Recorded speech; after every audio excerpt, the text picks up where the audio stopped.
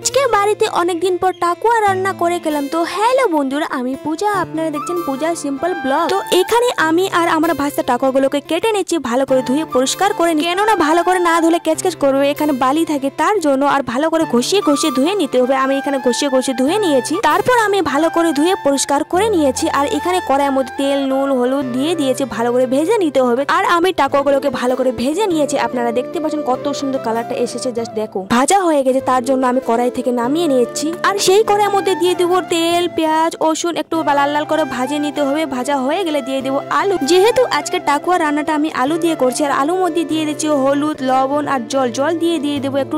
ঢাকা দিলে তাড়াতাড়ি সিদ্ধ হয়, তার জন্য আমি ঢাকা দিয়ে দিয়েছি। আর এখানে দেখতে পাচ্ছ কত সুন্দর সিদ্ধ হয়ে আলুগুলো ভালো করে সিদ্ধ হয়ে গেছে, তার জন্য আমি টাকুয়াগুলো দিয়ে দিলাম। টাকুয়াগুলো দেওয়ার পর দিয়ে দিলাম লঙ্কা গুঁড়ো, তেল, ভালো করে ভেজে নিতে হবে। ভালো করে ভেজে নিয়েছি, তারপর দিয়ে দিলাম জল, পরিমাণের মতো জল দিয়ে আর একটু ফুটিয়ে দিয়ে দিব জিরা মশলা গুঁড়ো, যেহেতু আমার বেশি ফেভারিট জিরা মশলা দিয়ে একটু পর নামিয়ে নেব। আর দেখো কত সুন্দর কালারটা হয়েছে, লাল টুকটুক। তারপর ভাইকে দিয়ে আমিও খেতে বসে গেলাম, আর দারুণ টেস্টি হয়েছিল বন্ধুরা। তোমরাও একবার বাড়িতে ট্রাই করে খেয়ে দেখো। আর হ্যাঁ, টাকুয়া কিন্তু চোখের জন্য খুবই উপকারী। তোমরাও কি খাও? যদি খাও তাহলে কমেন্টে জানো, কিন্তু আমার তো ফেভারিট। তো বন্ধুরা, আজকে টাকুয়া রেসিপি ব্লগটা তোমাদের কেমন লাগলো? যদি ভালো লাগে লাইক কমেন্ট শেয়ার করে দিও। আর হ্যাঁ, সাবস্ক্রাইব করতে ভুলো না কিন্তু। তো টাটা সবাইকে, বাই বাই।